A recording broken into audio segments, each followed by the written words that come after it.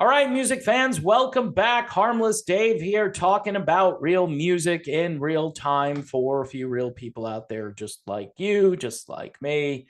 All right, before I get going, the super beautiful and super talented Ches Kane, here she is. Power Zone came out on Friday. Check out my interview with Ches I did, I don't know, like 2 weeks ago or so. Um, just a phenomenal album from start to finish. This will compete for my favorite album of the year, and some very interesting videos that Ches has done for various songs from the album. If you liked her first album, you're going to really like her second album. Just phenomenal and talented and pleasant on the eyes. Yeah, Ches Kane, definitely check it out. Who's not pleasant on the eyes these days? Old Geezer rock bands like Great White, right? Um, the weird thing about Great White is it seems to be a lead singer revolving door. Now, we all know about Jack Russell from years ago.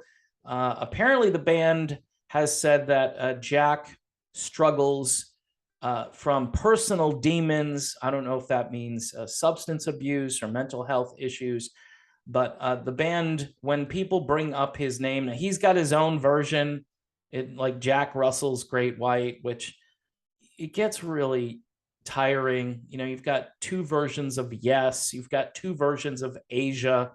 You've got these people who run around claiming to be the actual band, and they're not. And as time goes on, people become, I guess, less concerned about who's in the band. And that's okay to some degree. But then you have two bands roaming around. And so with Great White, they are still a concert draw.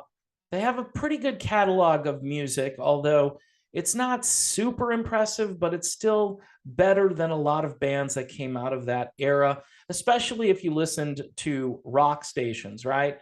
If you listen to top 40, then you're going to know one song. And by the way, it's the only song that you'll hear when you're driving around, and that's Once Bitten, Twice Shy, which isn't even an original Great White song, but it is a good song, and it's a good version of a classic song from the glam rock era. And Great White, they kind of, are right on the fence there between glam rock and blues rock and light metal. I don't know what you'd actually call them, but they were a pretty unique band because they played more rootsy music than a lot of the bands from their era.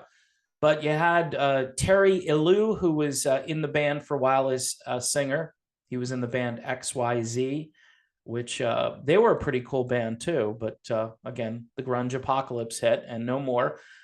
Mitch Malloy, who I think can be the front man of just about any rock band these days. I know vocally, Great White was complaining about the fact that maybe Mitch wasn't gritty enough, or they needed a different vocal. And so Mitch leaves, and I think he left on good terms, but I think it was a mutual agreement. Mitch, I think, was tired of the working environment, and Great White wanted someone who was grittier, even though based on the videos that I watched, Mitch was just doing a great job out there. And Mitch has his own Van Halen band out there, Mitch Malloy's Van Halen Experience, I think it's called. And they played a gig and it went over big. And he's the guy. If you want to do a Van Halen reunion or a tribute of some kind, I would bring in Mitch Malloy because he can sing all of the Sammy material and all of the Dave material, and he can pull it off. And he looks the part, like I say.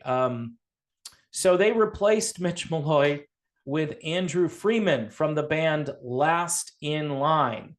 Now, Last in Line on its own as a band is phenomenal, and I'm way more interested in what's going on with Last in Line than what's going on with Great White. Number one, because Last in Line, they can play all of this Dio material because these are guys who all played with Dio. And the argument against Andrew Freeman, I guess, was, well, he's in two bands at the same time. He seems really committed to Last in Line, and we needed a guy who was more devoted to us. And so we found someone else to replace him. And apparently there were some words that were put out over Facebook, and it's kind of interesting. I think a fan asked a question, basically asking if did the Great White guys threaten to fire you? And Andrew Freeman replies, and it's funny because you get a lot of the interesting stuff on social media these days. And Andrew Freeman says, funny, I wouldn't give an F if they did. So doesn't sound like they fired him. It sounded like he left, but maybe he was pressured to leave. Maybe, again, it was a mutual agreement that you'll leave and we'll find a singer. And Great White found a guy who is much younger. He's 25 years old. It's kind of like that whole, I don't know, American Idol thing, but he's only 25 years old, but he does sound a lot like the original Jack Russell Great White, much like what Skid Row just did with their singer, who sounds as good as, if not better than, Sebastian Bach. And, you know, this is going to be the future for these geezer rock bands who continue to roam looking for gigs, because gigs really for them, that's all that matters, because you're not going to make money putting out new music.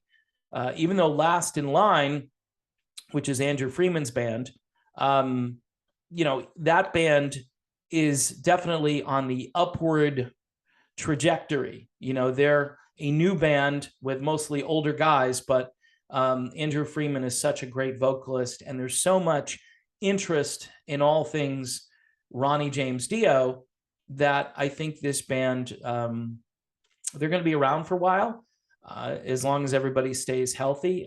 They have a killer lineup.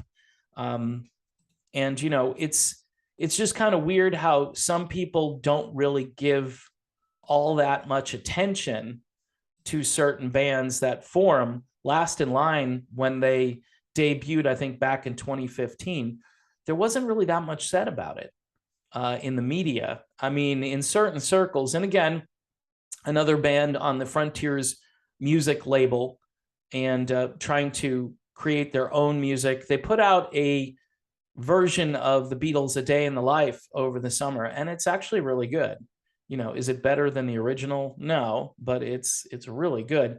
And this is a band too with veteran musicians. I mean, you got Vinny Appice. Some people say his name Appice. Some people say it Appice, playing drums.